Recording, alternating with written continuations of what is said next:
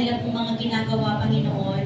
Hallelujah. Nawa po, O Diyos, ay sa graft and corruption na meron po ang bansang Pilipinas, hindi po lingid dito sa inyong pong kaalaman, O God. Nawa po ay tanggalin niyo po and take control of all the graft and corruption here in the Philippines, O God. At ano pa man po mga greediness ng mga leaders na ito, hallelujah, tanggalin ko po ito, Panginoon. At lahat po, Panginoon, ay Ikaw ang Diyos na magkontrol at sumakop sa kaisipan ng mga leaders na ito, Panginoon, lalo na po sa aming pong minamahal na Presidente, Panginoon, bigyan mo po siya ng knowledge and full understanding how to cope up all the crises that we have in the Philippines, so God. Tulungan mo po siya kung paano po niya malulutasan ang mga problema po na meron po ang bansang Pilipinas. Huwag po siya magbingi-bingihan, huwag po siya magbulag-bulagan. Hallelujah, kundi Lord God, makasama po namin siya kung paano po lutasin, kung paano po ma-handle ang crisis na meron po ang aming pong bansa. But Lord God, in spite of this, O God, kami po ng mga Kristiyano ay mananatili sa pananalangin, Panginoon. At alam po namin na Ikaw ang Diyos na mayaman, ang Diyos na nagbibigay kaloob sa lahat po ng aming pong mga pangangailangan. And we believe, Lord God, our Philippines ay mayaman, Panginoon. Pinili mo ang bansang Pilipinas, O God, and we are the Christian that we are here, the worshiper, Lord God. Kami po, Panginoon, ay hindi po mananawa na mag-worship sa inyo po kadakilaan. Hallelujah. Kaya naman po, Panginoon, sa kabila po ng mga natatamasa po at nararanasan ng global crisis ng aming pong bansa, ay naroon po ang kapayapaan po namin, Panginoon, as a Christian, Lord God. Ang kapayapaan na nagmumula po sa inyo because Ikaw po ang Diyos na aming pong pinapanampalatayanan, Panginoon, sa lahat ng aspeto at circumstances ng aming pong bansa.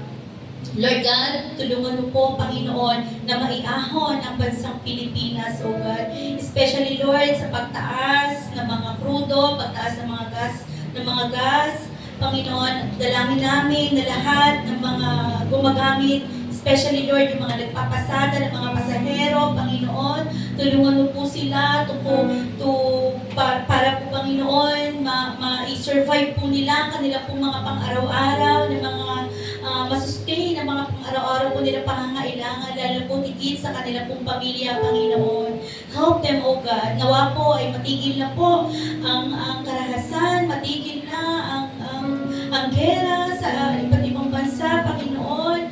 Lord, we declare peace. Hallelujah, we declare peace in any country, O God. Upang, Lord, matigil na po ang mga kabuluhan na ito, Panginoon. Ikaw ang Diyos sa magkontrol ng mga bagay na ito. Wala po kami kakayahan. We are limited, O God, but you alone, O God. Napakahaba po ng inyong pong pagmamahal sa amin. Napakalawak ng inyong pagmamahal sa amin, Panginoon. Kaya, Lord God, Ikaw ang Diyos na tutulong sa lahat ng aspeto ng aming pong mga pangangailangan. Salamat po, God, maging sa family, Panginoon. Hallelujah. Sige po, ating po'y panalangin ng bawat pamilya na narito po sa bansang Pilipinas, so God, especially sa mga Kristiyano, God. Salamat po, O Diyos, sa mga pamilya na meron po kami, na pinagbubuklod mo kami ng isang pag-ibig, pananampalataya, at isang espiritu na sumasamba at tumatakila sa inyong kapangyarihan, Panginoon. Salamat po sa mga Kristiyano, O God, na walang tigil at walang sawa na pagdulog po sa inyong pong kapangyarihan, O God. Lord, nawa ay manatili ang pamamahalan sa bawat pamilya na meron pong bansang Pilipinas at wala na po, we declare, O God, in Jesus' mighty name, na wala pong mawawasak na pamilya, Panginoon, in Jesus' mighty name. Hallelujah. Wala pong magkakawatak-watak at Lord, ang pinagpukulot mo na mag-asawa ay magkaroon ng kapangyarihan ng unity in Jesus' mighty name. Hallelujah. Ng trust in Jesus' mighty name. Hallelujah. At Lord, dadalangin po namin ang pamilyang ito, Panginoon, ay magkakaroon po ng true salvation that comes from you, O God. Walang pamilya na hindi luluhod, na hindi mananalangin sa inyo pong kapangyarihan, sa Espiritu at sa katotohanan. In Jesus' mighty name, dalangin namin ang bawat pamilya, O God, ay makaranas ng kasaganaan, ng kapayapaan, at ng tunay na pagkakilala po sa inyo, Panginoon. Salamat po, God, at maging, Lord, dalangin namin na wala na po na makararanas ng sakit, na karamdaman, na malubha, in Jesus' mighty name. Sige po, panalangin po natin ang kaligtasan, ang kagalingan ng bawat pamilya na meron. Hallelujah. In Jesus' mighty name, talangin po namin, Panginoon, na maranasan po nila kaginhawaan ng pakiramdam, ang kagalingan, in Jesus' name, ang maging kahimalaan mo po sa buhay na may sakit. Maranasan po nila, Panginoon, ang kahimalaan mo, Panginoon Jesus. Hallelujah. At Lord, sino pa man po, O Diyos, ang nakakaranas ng sakit, ng kalubhaan ng sakit, ng financial stability, maging sa kanila pong mga pangangailangan, Panginoon, ng bawat pamilya, Lord, Ikaw ang Diyos na mayaman na magpuprovide ng mga bagay na ito, Panginoon. Hallelujah. Wala na po, Panginoon, na maglilimos pa ng mga kabataan, ng mga musmos na sa pag-iisip ng mga kabataan ito na ginagamit, Lord God, sa panlilimos sa kalsada, Panginoon, tulungan mo po sila at nawa po'y mabigyan po ang mga magulang nito ng mga knowledge, O God, ng kaisipan na hindi po nararapat at wala pong karapatan ng mga batang ito na nasa lansangan, kundi Lord, ma-achieve po nila ang karapatan bilang isang bata ng kalayaan ng paglalaro, kalayaan na may pamilyang masaya, pamilyang buo, Panginoon. Maranasan ng mga kabataan, O God, ang edukasyon na ayon po para po sa kanila, Panginoong Jesus. Ang sapat na pagkain sa pang-araw-araw, O God. Hallelujah. And Lord, we pray also for the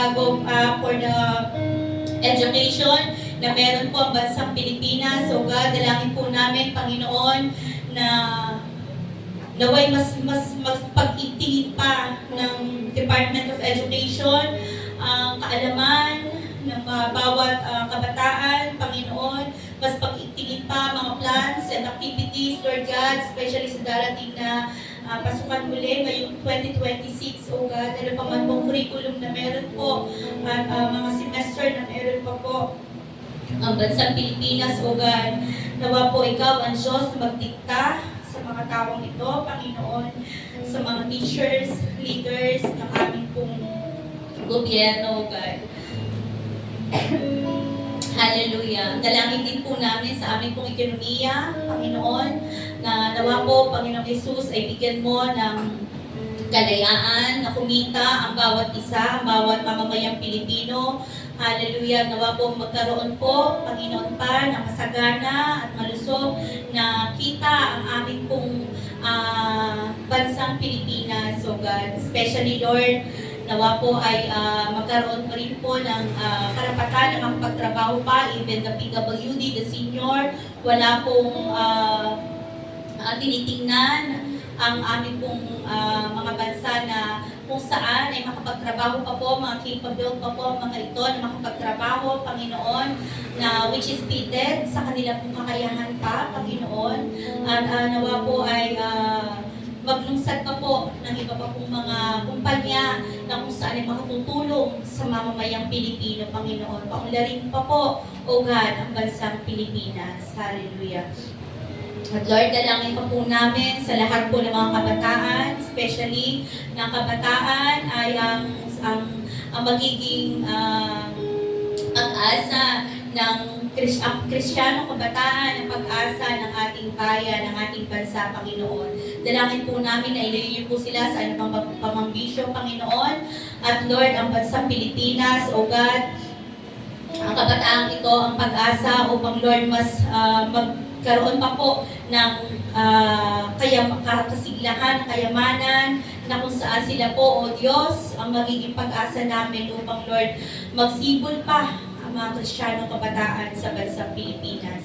Hallelujah. Lord God, sa iyo po namin iniaasa ang bansang Pilipinas. Wala po kami kakayahan, Panginoon, kundi tulog po ang aming pong minamahal na bansa. Lord, we declare peace, we declare joy, we declare, Lord God, na ang bansang Pilipinas ay ang lahat ng mamamayang Pilipino ay makakakilala sa inyo, Panginoon, luluhod sa inyo, at magkakaroon po ng tunay na salvation sa inyo, Panginoon.